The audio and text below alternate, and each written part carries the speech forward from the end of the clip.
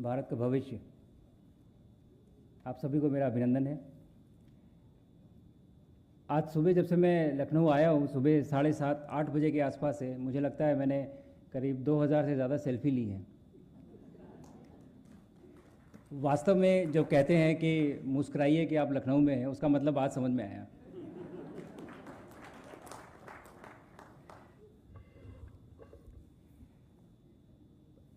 थोड़े से समय में मैं कोशिश करूंगा कि मेरा जो अनुभव रहा है ये स्पेस जर्नी का, वो मैं आपके साथ साझा करूं और कुछ बताऊं। हालांकि बहुत कुछ नहीं बता पाऊंगा, लेकिन कुछ चीज़ें हैं ज़रूर जो मैं हाईलाइट करना चाहूँगा और आपके साथ शेयर करना चाहूँगा। लेकिन उससे पहले जब से मैं वापस भारत आया हूँ, मैं पहले दिल्ली में हम लोग पहुँचे, वहाँ पे हमारा स्वागत हुआ और हम लोगों से मिले, और संयोग से नेशनल स्पेस डे भी उसी समय चल रहा था।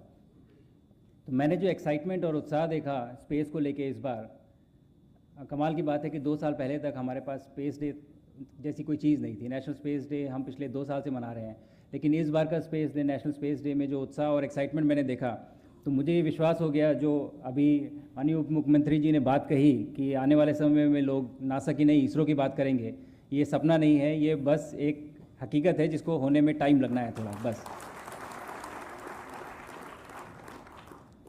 और उसके बाद जब फाइनली आज जब मैं लखनऊ आया तो अपने घर पहुंचा, तो यहाँ तो वो उत्साह जो दिल्ली में देखा था उसका भी डबल उत्साह यहाँ देखने को मिला।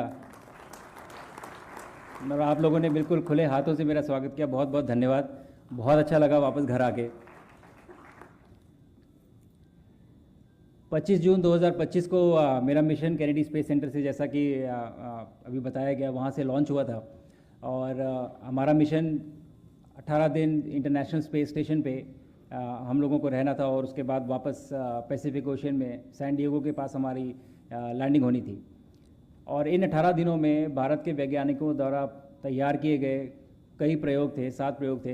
एक्चुअली मैं जो कुछ भी आपको बता रहा हूँ, माननीय उप मुख्यमंत्री जी ब्रजेश पाठक जी ऑलरेडी बता चुके हैं काफ़ी डिटेल में, तो ये रिपीट है, लेकिन फिर भी कुछ चीज़ें बताऊँगा। तो 7 एक्सपेरिमेंट हमारे खुद के वैज्ञानिकों द्वारा तैयार किए गए थे। टोटल हमारी टीम ने 60 एक्सपेरिमेंट किए, जिसमें से काफ़ी सारों में मैंने भी भाग लिया। लेकिन सबसे बड़ी प्राउड फीलिंग जो थी वो ये थी कि जब मैं ये एक्सपेरिमेंट्स कर रहा था स्पेस में अपने वैज्ञानिकों द्वारा, हमारी जो टीम थी वो यहाँ बैठ के मुझे वीडियो पे देख रही थी जब मैं वो एक्सपेरिमेंट्स कर रहा था जो उन्होंने भारत की धरती पे तैयार किए थे स्पेस ले जाने के लिए। ये हिस्ट्री में पहली बार हुआ है कि भारत के वैज्ञानिकों को ये मौका मिला कि वो माइक्रोग्रेविटी रिसर्च कर सकें। और मुझे लगता है सबसे बड़ी उपलब्धि जो ये एक्सपेरिमेंट्स थे उनकी साइंटिफिक एकम्प्लिशमेंट नहीं है, जो हमने डेटा आया है वो नहीं है, बल्कि ये जो दरवाजे हैं ये माइक्रोग्रेविटी रिसर्च के, ये खुल गए।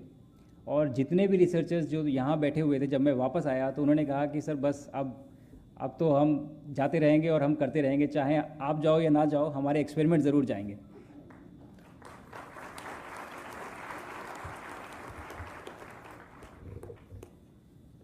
दूसरा, स्पेस में जब हम 18 दिन थे तो माननीय प्रधानमंत्री जी से वार्तालाप हुई, उसके बाद बच्चों से भी इंटरेक्शन हुआ था मेरा 3 बार। एक बार लाइव इंटरेक्शन था, लखनऊ के ही बच्चे थे उसमें, और 2 बार रेडियो के थ्रू इंटरेक्शन हुआ।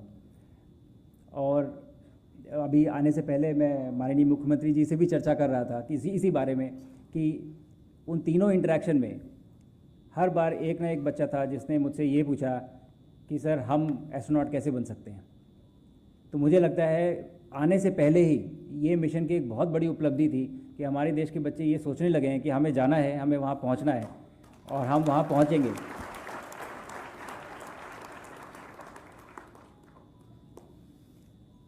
ह्यूमन स्पेस मिशन काफ़ी कॉम्प्लेक्स होते हैं। जब हम अंतरिक्ष में जाते हैं रॉकेट से, जब हम स्पेस स्टेशन में पहुँचते हैं, तो पहली बार आपका शरीर माइक्रोग्रेविटी का एक जो वातावरण है वो एक्सपीरियंस करता है। बहुत सारे चेंजेस आते हैं। आपके शरीर में जो पूरा ब्लड है वो पूरा आपके सर में आ जाता है, आपका सर बड़ा हो जाता है, और आपका हार्ट स्लो हो जाता है क्योंकि उसको ग्रेविटी के अगेंस्ट काम नहीं करना है ब्लड पंप करने के लिए। आपके पेट में जो कुछ भी है वो सब भी फ्लोट करने लगता है, तो सब ऊपर आपको फील होता है कि ये क्या चल रहा है अंदर, भूख नहीं लगती। बहुत सारे चैलेंजेस होते हैं। तो मुझे लगता है कि हम एक ऐसी जगह पे लाइफ को सस्टेन करने की कोशिश कर रहे हैं जहाँ पे लाइफ सस्टेन होनी नहीं चाहिए। वहाँ का एनवायरनमेंट ऐसा है कि वैक्यूम है, टेम्परेचर इतना हार्श है, हवा ही नहीं है, लेकिन उसके बाद भी ये ह्यूमन इंजीनियरिंग का मार्वल है कि हम ऐसे एक वातावरण में, एक एनवायरनमेंट में लाइफ को हम सस्टेन कर पा रहे हैं। और इसी डायरेक्शन में भारत इस समय अपनी एक जर्नी पे है, और जब हम ये करेंगे, जब हम पहला मिशन लॉन्च करेंगे, तो हम विश्व का वो चौथा राष्ट्र होंगे जिनके पास ये कैपेबिलिटी होगी।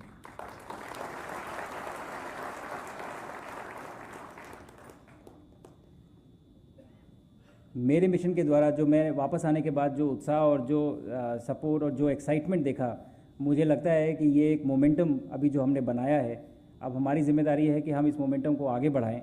और चूँकि आज हम यहाँ खड़े हैं लखनऊ में, उत्तर प्रदेश में, मुझे लगता है शुरुआत यहीं से क्यों ना की जाए। तो अब अगला ट्रांसफॉर्मेशनल सेक्टर जो मुझे दिखता है वो स्पेस का क्षेत्र दिखता है, और मुझे लगता है कि बाकी सारे सेक्टर, चाहे वो एजुकेशन हो या इंडस्ट्री हो या फिर डिप्लोमेसी कहूँगा मैं, किसी भी तरीके से आप स्पेस के क्षेत्र को किसी भी विभाग में यूज़ कर सकते हैं, और एक ओवरऑल नेशन बिल्डिंग के टूल की तरह हम इसका इस्तेमाल कर सकते हैं। लेकिन पीछे बैठे बच्चों को मेरा एक मैसेज है, ख़त्म करने से पहले ज़रूर बोलूँगा कि हमारे तो प्लान है, हम गगनयान में एक ह्यूमन को भेजेंगे, फिर भारतीय अंतरिक्ष स्टेशन का निर्माण होगा, और उसके बाद 2040 में कोई ना कोई मून पे ज़रूर जाएगा, चांद पे ज़रूर जाएगा। उस समय तक आप लोग तैयार हो जाएंगे।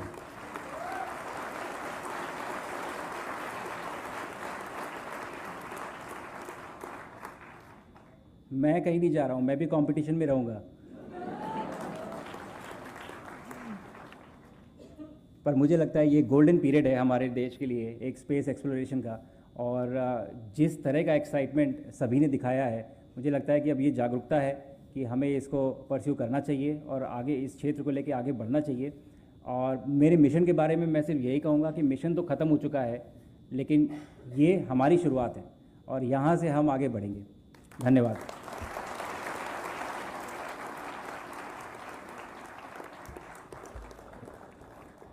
धन्यवाद ग्रुप कैप्टन शुभांशु शुक्ला जी। हमारे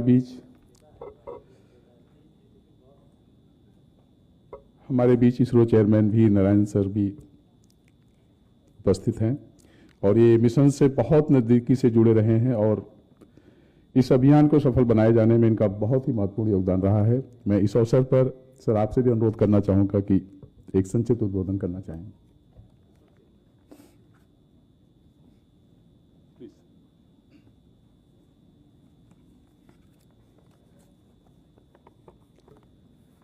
Namaskar. Good evening to all.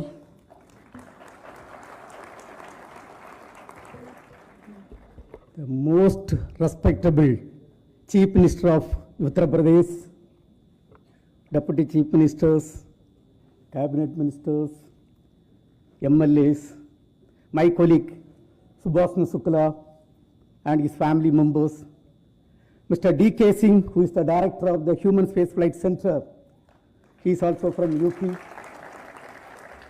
The controller of the Human Spaceflight Center is with us. And distinguished guests and my dear students, very, very good evening to all of you. First of all, let me express our gratitude from the bottom of our heart to the Honorable Chief Minister of UP for arranging such a wonderful felicitation function.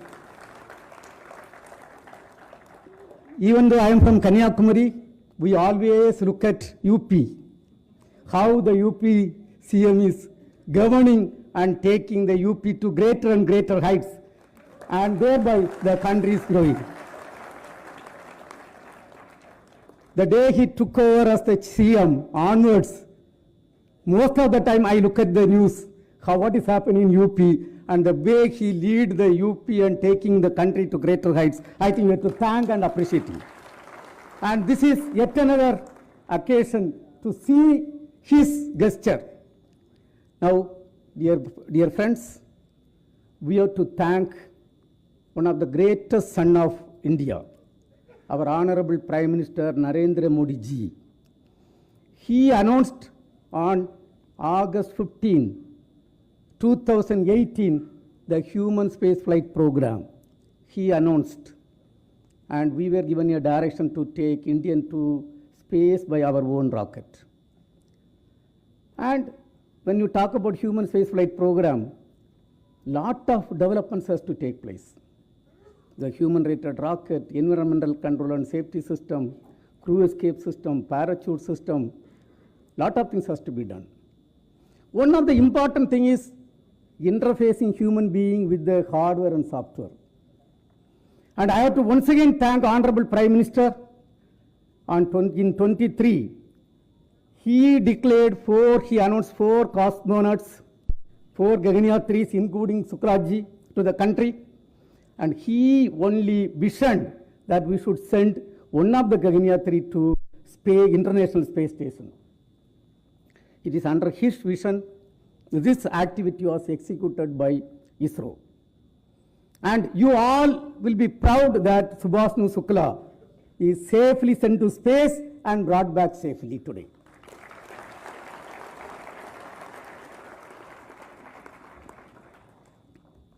We are all very proud. The entire country is very proud. And you know, there was a time when cricket match we won and the entire country used to get united. But today, under Modi ji's direction, Modi ji's leadership, when Chandrayaan 3 successfully soft landed near South Pole of Moon, and India becoming only country which successfully soft landed near South Pole Moon, entire country got united. Today, Subhashnu Shukla has gone to space and he has come back safely, and the entire country is again united under the leadership of Honorable Prime Minister of India, Narendra Modi ji. Now, dear friends, ISRO has got a great role in this successful mission. Number one, based on the direction of Prime Minister, we have executed the job. ISRO team has executed the job. 2 of the colleagues are sitting in front of you who are responsible for executing the job. And very important point I want to communicate. The mission was done on 25th June. Originally, it was supposed to be done on 11th June. And 10th June, early morning, when I got up from the bed, early morning 2:45, I am seeing a news item. The rocket is having a small oxygen leakage. And the moment oxygen leakage is there, I am working in the field as a cryogenic propulsion expert for 41 years. I know the rocket cannot fly. We demanded a meeting, had a discussion, convinced the US team. In fact, US team, even with that leak, the launch campaign was going on. On 10th evening, Subhashnu is asked to sleep, evening 4 o'clock, 4 to early morning 12 o'clock, he is supposed to sleep. And he was happily sleeping, I was under terrible tension. And it was evening 5:15, we gave a letter and called off the launch. And they were disturbed. We have 6,000 people from throughout the world have landed for the launch. Based on the Indian government letter, the launch is called off. When they went and inspected the rocket next day early morning, there was a crack in the main line. And the entire thing, based on our insistence, it was corrected, and 25th successfully the rocket lifted off. Without that correction, it would have been a catastrophic failure. And thereby, I salute India, I salute Indian education system, I salute ISRO for the knowledge what we are having, even to hold a leaking rocket to ensure the safety of our own citizen and ensure a safe flight. Now, yes, he has gone and come back, he has done outstanding job. And on this occasion, it is my responsibility as the chairman ISRO to congratulate all 4 Gaganyaan 3s. Anyway, only one person has to fly, and he got the great opportunity to fly. So let me congratulate Subhashnu Shukla for that great accomplishment what is done. Along with that, let me also congratulate my 3 of my remaining colleagues who were responsible, who underwent training for that program. Today, I don't know how many of you are aware, we have ensured our colleague, and your son of soil, Mr. Subhasnu, who has traveled 320 orbits, 8.4 million miles he has safely traveled, and we were responsible for the safety travel. And he has done 7 experiments, and the experiments, there were so many scientists who prepared on this occasion. Let me also congratulate them for that preparation, and the experiments were done successfully. Yesterday morning, we have done an important experiment. Honorable Chief Minister may be knowing, first time the crew module, which is supposed to fly later, we have successfully taken to 3 kilometers inside the sea, 40 kilometers, and it was dropped using 9 parachutes, safely landed perfectly. We have accomplished that success yesterday morning, and all the activities are going well. Actually, ISRO accomplishments are huge. One of the accomplishments I want to tell. 1963, November 21st, USA gave a tiny rocket for us to launch. It was donated by USA. 50 years back, August 1st, 1975, 2,400 television sets were kept in 2,400 villages in 6 states. And we got a signal, satellite signal from USA, and we demonstrated mass communication. India was 60 years behind advanced countries. Last month 30th, NASA ISRO synthetic aperture radar satellite. NASA has prepared a payload, 10,300 crore they have spent, and we have developed a payload. Entire satellite was built by India and ISRO, and it was launched successfully from Indian soil. It was launched successfully from Indian soil using Indian rockets, and today we are rubbing shoulder to shoulder with developed countries. That is the progress what has happened. In another 3 months, a 6,500 kg US communication satellite purely on commercial basis is going to be launched by Indian rocket from India. That is the type of growth what we have done.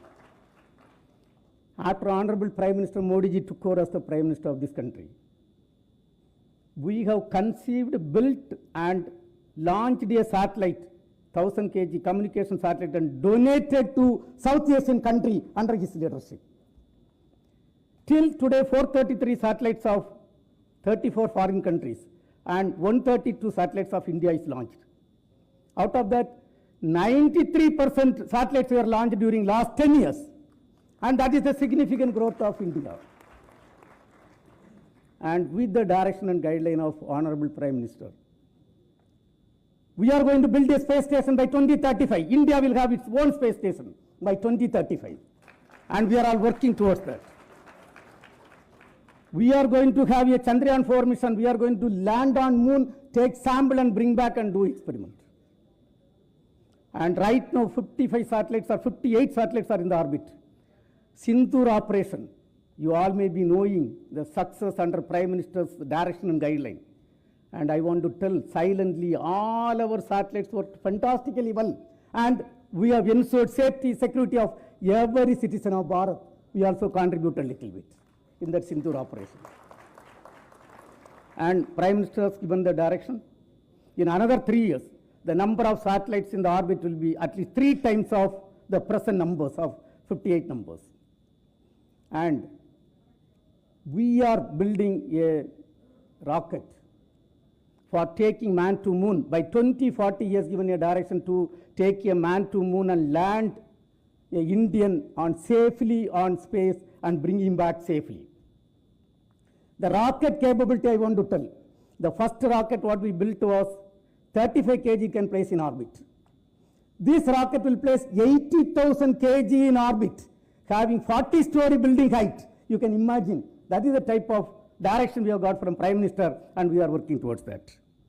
Now, dear friends, I think this is not the occasion for me to talk a lot of things about space, but I should say by 2040, we will be in par with any other spacefaring nation in terms of launcher capability, in terms of satellite, in terms of application, and we will be in par with any other country. and work for the Viksit Bharat 2047 and contribute for making India as a developed country.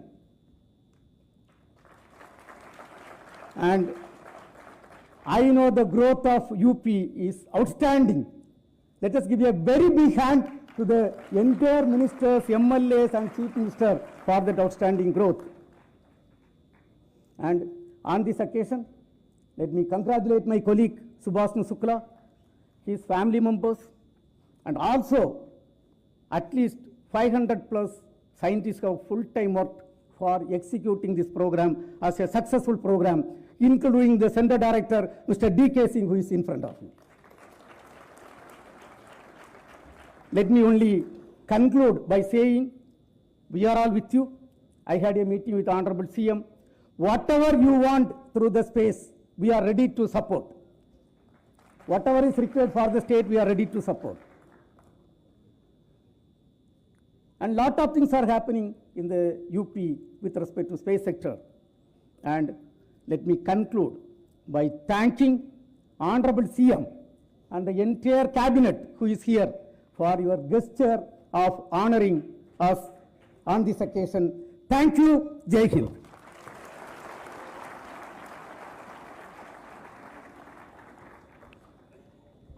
Thank you sir. अब कार्यक्रम को अंतिम पड़ाव की तरफ ले चलते हुए मैं माननीय मुख्यमंत्री जी, जिनके सशक्त नेतृत्व, दूरदर्शी नीतियों एवं अटूट संकल्प ने प्रदेश को नई ऊंचाइयों तक पहुंचाया है, जो राष्ट्रहित एवं जन कल्याण के प्रति निरंतर समर्पित हैं, से विनम्र अनुरोध है कि भारतवर्ष एवं उत्तर प्रदेश की इस महान उपलब्धि के संबंध में अपने प्रेरणादायी आशीर्वचन से हम सभी को लाभान्वित आलोकित करें।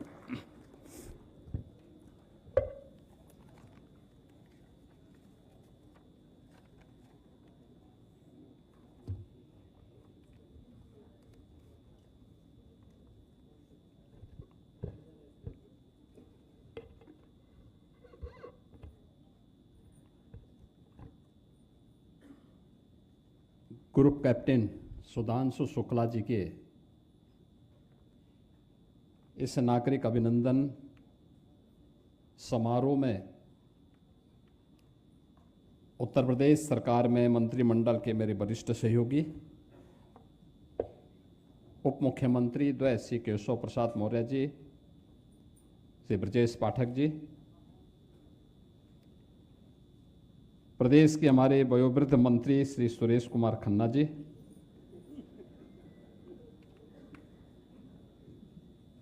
प्रदेश अध्यक्ष भारतीय जनता पार्टी श्री भूपेंद्र चौधरी जी और मंत्रिमंडल के मेरे सहयोगी विज्ञान और प्रौद्योगिकी के मंत्री श्री अनिल कुमार जी, श्री अजीत पाल जी, गिरीश चंद यादव जी,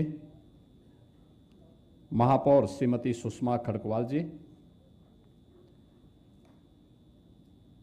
मंत्रिमंडल के मेरे अन्य सहयोगीगण, सभी माननीय जनप्रतिनिधिगण,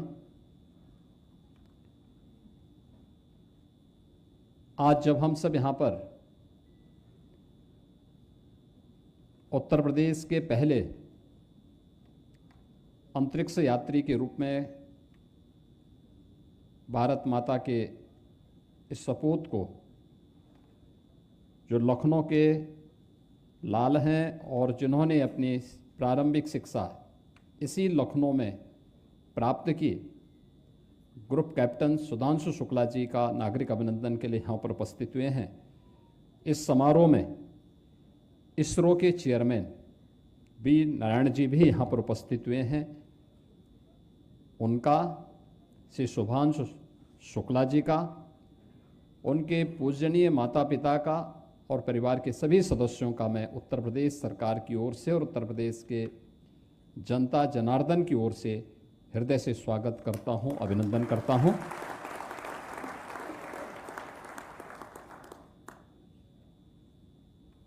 मित्रों, 4 दशक के बाद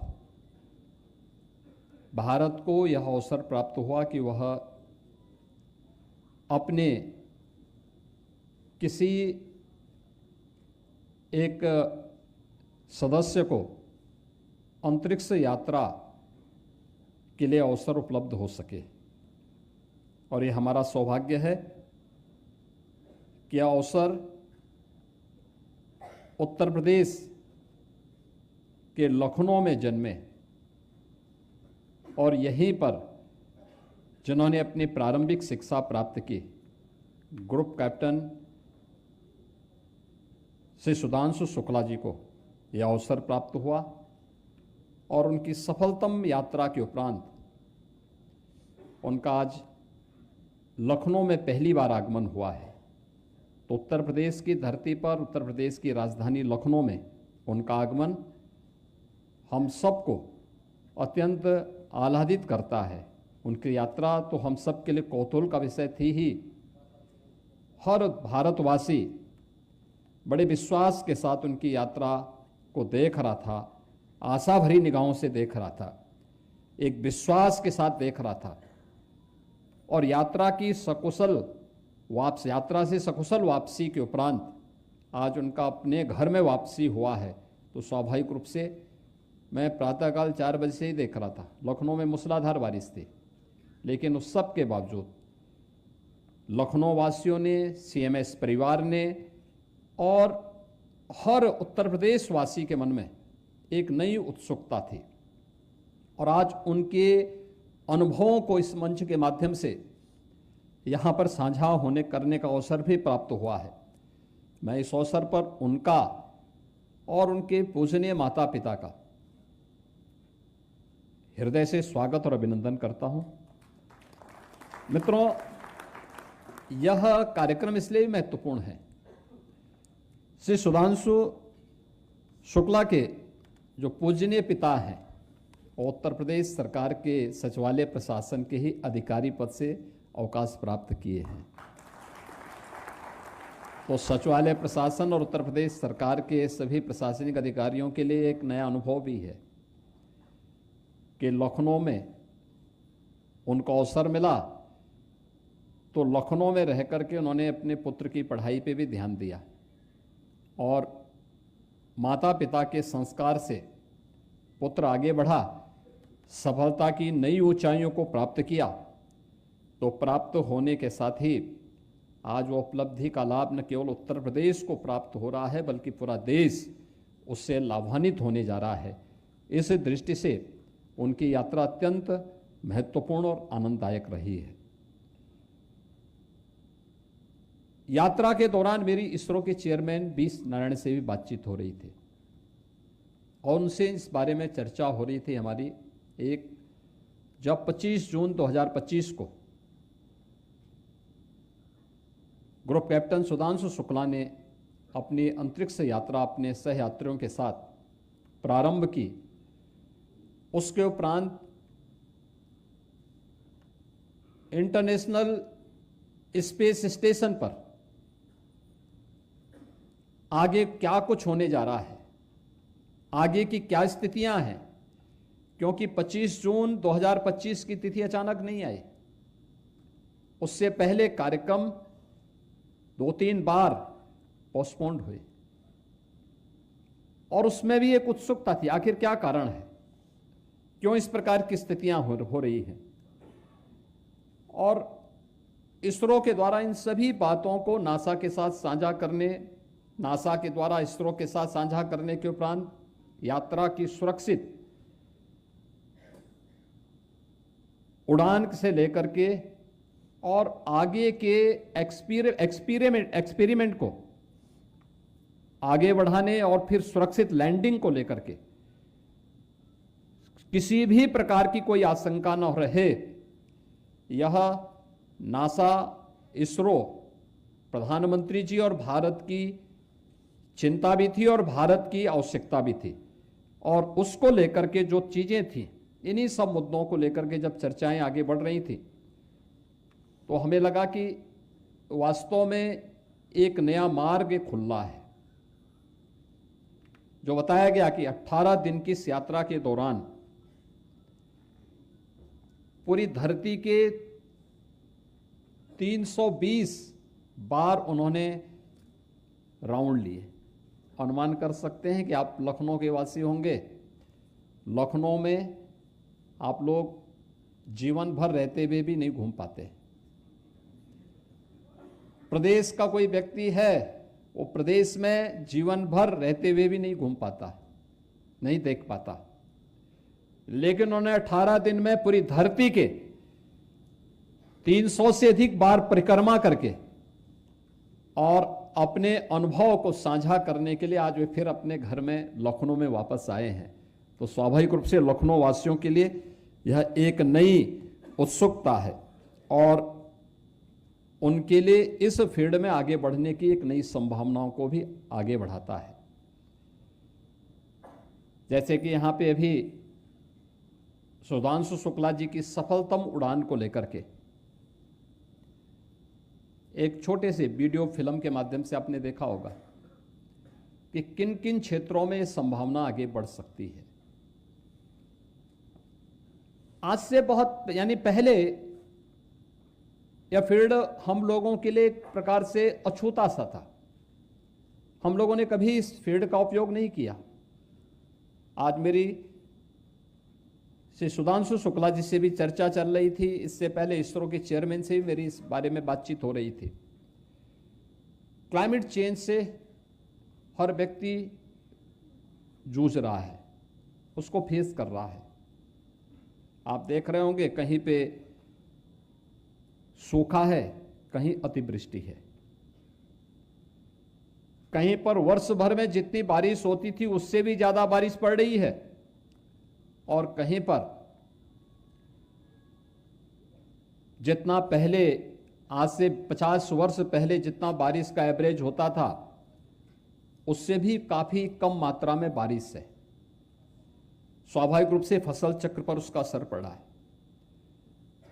दूसरा, लाइटनिंग की घटना से होने वाली जनधन की हानि, आकाशीय बिजली के कारण भी जो जनधन की हानि होती है, बाढ़ के कारण, आपदा प्रबंधन न होने के कारण, हेल्थ सेक्टर में या फिर अन्य तमाम प्रकार की वे चुनौतियां हैं जिनको लेकर के हम अगर इस फील्ड का बेहतरीन उपयोग कर सकेंगे तो हम न केवल आपदा को कम करने में सफल हो सकते हैं बल्कि एक अन्नदाता किसान की आमदनी को भी बढ़ाने में एक महत्वपूर्ण भूमिका का निर्वहन कर सकते हैं।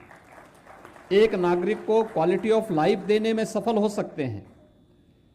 बाढ़ हो, सूखा हो, इन सब के बेहतरीन प्रबंधन का मार्ग प्रशस्त कर सकते हैं। और इस दिशा में क्या कुछ होना चाहिए, अब एक अवसर आपके पास ग्रुप कैप्टन सुधांशु शुक्ला के रूप में आपके पास है। प्रधानमंत्री जी ने जब स्टेम एजुकेशन की बात कही है, साइंस, टेक्नोलॉजी, इंजीनियरिंग, मैथमेटिक्स के फील्ड में जो हमारा युवा अपना कैरियर बनाना चाहता है, उन युवाओं के लिए अपने कैरियर को बनाने के लिए इस फील्ड में क्या अवसर है, इसकी आवश्यकता क्या है, स्पेस टेक्नोलॉजी कैसे विकास के नए द्वार खोल सकती है, कैसे उन्हें आगे बढ़ने के लिए प्रेरित कर सकती है, कैसे हम ईज ऑफ लिविंग के लक्ष्य को और क्वालिटी ऑफ लाइफ के उस विजन को प्राप्त कर सकते हैं, कैसे आपदाओं को नियंत्रित करने में हमें सफलता प्राप्त हो सकती है और आने वाली उन चुनौतियों का सामना हम आसानी से कर सकते हैं, जिसके बारे में अब भारत उस दिशा में पिछले 11 वर्षों में तेजी के साथ कदम बढ़ाते हुए आगे बढ़ा है। और इसलिए आज का ये नागरिक अभिनंदन केवल एक लखनऊ के पुत्र का लखनऊ में अपनी सफलतम स्पेस यात्रा के उपरांत तो वापसी के उपलक्ष्य की ही एक यात्रा मात्र की उपलब्धि के कारण नहीं, बल्कि भविष्य की उन उपलब्धियों के लिए एक नए द्वार खोलने का हम सब के लिए इस यात्रा के द्वारा जो मील का पत्थर साबित होने जा रही है, उसे हम किस रूप में सफलतापूर्वक अचीव कर सकते हैं, उस दिशा में आगे बढ़ने का एक अवसर भी है। मैंने इस बारे में उत्तर प्रदेश की चिंताओं से इससे पहले इसरो के चेयरमैन को भी और ग्रुप कैप्टन श्री सुधांशु शुक्ला जी को भी अवगत कराया है। मुझे याद है जब भी बरसात का समय आता है, मई जून के बाद से हम लोगों को इस बात की आशंकाएं देखने को मिलती हैं। अक्सर हम देखते हैं इस बात को, आकाशीय बिजली से होने वाली जनधन की हानि, और उसको रोका जा सकता है अर्ली वार्निंग सिस्टम के माध्यम से। हमने प्रयास किए, भारत सरकार इस मामले में सहयोग करती है, लेकिन अगर स्टेट के पास स्वयं की तकनीक हो, स्वयं का सैटेलाइट के माध्यम से, रिमोट सेंसिंग स्टेशन के माध्यम से हम उन सब की जानकारी समय पे स्थानीय नागरिकों को उपलब्ध करा सकें, पब्लिक एड्रेस सिस्टम के माध्यम से लोगों को स्थानीय स्तर पर उसके बारे में अवगत करा सके, तो संभव है इस जनधन की हानि को रोका जा सकता है। इसको हम केवल ये मान करके कि आपदाएं हैं, आपदाएं नियंत्रित नहीं हो सकती हैं, ये कह करके हम अपनी जिम्मेदारियों से भाग नहीं सकते। इन चुनौतियों का सामना किया जा सकता है, टेक्नोलॉजी वहां तक जा चुकी है, दुनिया सफलतापूर्वक उस पर नियंत्रण कर रहा है, तो हम उसमें पीछे क्यों रहें? हम उसमें पीछे नहीं रह सकते, हाथ में हाथ धरे बैठे नहीं रह सकते हैं। उन स्थितियों में हम समय रहते हुए इन कार्यक्रमों को आगे बढ़ा सकते हैं। दूसरा, यहां के युवाओं के लिए एक नए क्षेत्र में आगे बढ़ने का भी अवसर प्राप्त हुआ है। ढेर सारी संभावनाएं इस फील्ड में आगे बढ़ सकती हैं, और उस दृष्टि से आज का नागरिक अभिनंदन का एक कार्यक्रम उत्तर प्रदेश वासियों के लिए, यहां के युवाओं के लिए एक नई प्रेरणा का केंद्र बिंदु है। इस अवसर पर जब लखनऊ सकुशल वापसी के उपरांत ग्रुप कैप्टन सुधांशु शुक्ला जी का आगमन हुआ है, लखनऊ वासियों ने जो उत्सुकता दिखाई है, विपरीत मौसम के बावजूद उनके स्वागत के लिए जिस प्रकार से जनता ने खुले दिल से लखनऊ के अनुसार उनका स्वागत किया है, मैं इसके लिए लखनऊ वासियों को भी हृदय से धन्यवाद ज्ञापित करता हूं, और साथ खुश विशेष रूप से सीएमएस परिवार को इस बात के लिए धन्यवाद देता हूं कि उन्होंने इसको लीड किया, और लीड इसलिए भी किया क्योंकि सुधांशु शुक्ला ने अपनी प्रारंभिक शिक्षा उसी विद्यालय परिवार से अर्जित की, तो स्वाभाविक रूप से वे पिछले कई दिनों से इसको लीड कर रहे थे। लखनऊ के वासियों को उनके द्वारा जोड़ना, इन कार्यक्रमों को सफलतापूर्वक आगे बढ़ाने के लिए अपनी तैयारी को आगे बढ़ाना, और आज प्रातः काल से ही लखनऊ वासियों के साथ यह परिवार भी वहां पर उस कार्यक्रम के साथ जुड़ा रहा। आज के इस अवसर पर मैं उत्तर प्रदेश के विज्ञान और प्रौद्योगिकी विभाग से भी इस बारे में कहूंगा कि साइंस एंड टेक्नोलॉजी विभाग प्रदेश के अंदर, प्रदेश के जो कार्यक्रम चल रहे हैं, इन सभी कार्यक्रमों के साथ ग्रुप कैप्टन सुधांशु शुक्ला के अनुभवों का लाभ लें। एक और हम लोग चाहेंगे कि चूंकि वह उत्तर प्रदेश के पहले ऐसे स्पेस मिशन के साथ जुड़ने वाले पहले यात्री बने हैं, तो हम लोग एक स्कॉलरशिप सी ग्रुप कैप्टन सुधांशु शुक्ला के लिए ही जारी करेंगे, जो उन छात्रों के लिए हम जारी करेंगे जो छात्र स्पेस टेक्नोलॉजी में अपना उच्च अध्ययन अर्जित करना चाहते हैं। ये मुझे प्रसन्नता इस बात की है कि आज से 3 वर्ष 4 वर्ष पहले उत्तर प्रदेश के अंदर स्पेस टेक्नोलॉजी पर किसी भी विश्वविद्यालय में और किसी भी हमारे संस्थान में कोई भी पाठ्यक्रम नहीं था, उसका कोई सिलेबस नहीं था, कोई डिग्री, कोई डिप्लोमा, कोई सर्टिफिकेट कोर्सेज नहीं थे। और आज मुझे बताते हुए प्रसन्नता है कि कल गोरखपुर में मदन मोहन मालवीय टेक्निकल यूनिवर्सिटी का कल कॉन्वोकेशन है, और संभवतः इसरो के चेयरमैन बी नारायण संभवतः उसी कॉन्वोकेशन कार्यक्रम में गोरखपुर जा रहे हैं। गोरखपुर में भी AKTU में भी और उत्तर प्रदेश के अंदर आज 1 दर्जन से अधिक ऐसे टेक्निकल इंस्टीट्यूशंस हैं जिनमें अब स्पेस टेक्नोलॉजी को लेकर के उन्होंने अपना डिग्री कोर्सेज प्रारंभ किया है।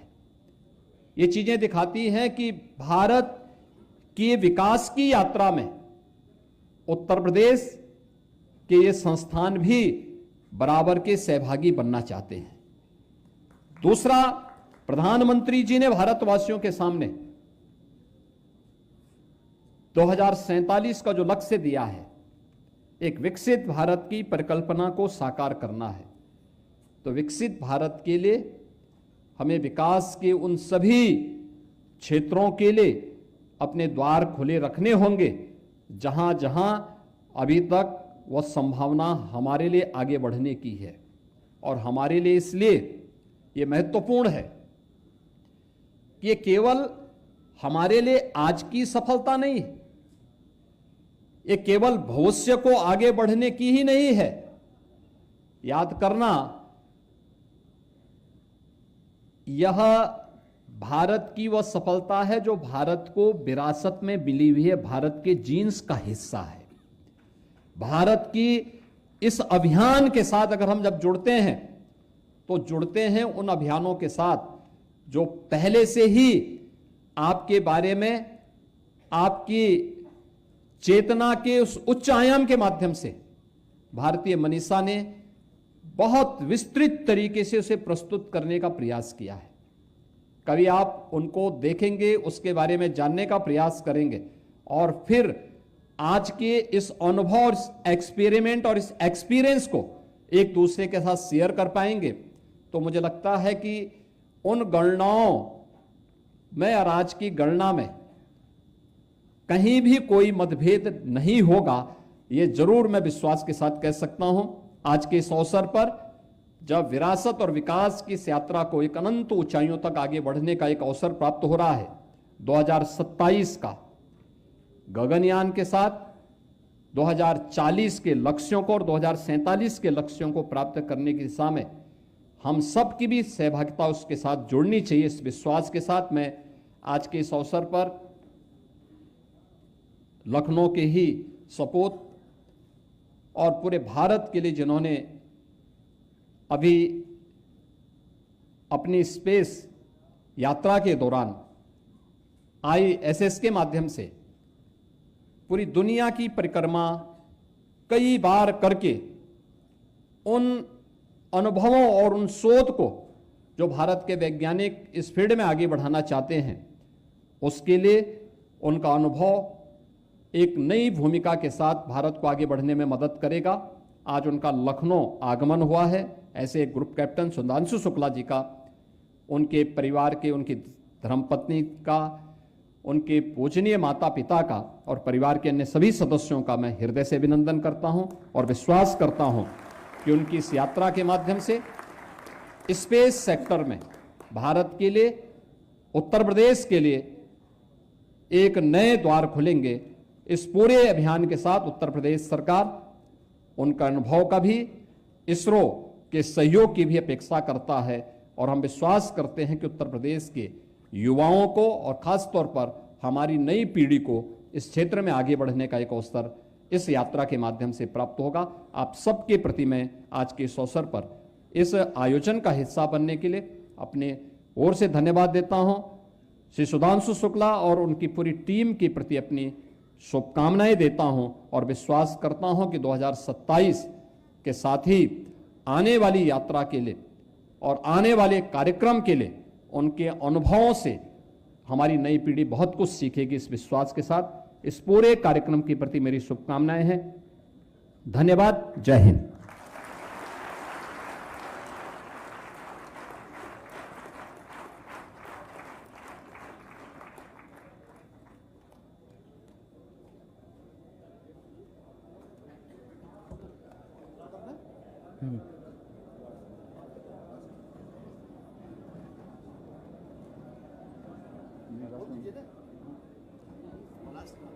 आप सभी से अनुरोध है कि खड़े हो जाएं, राष्ट्रगान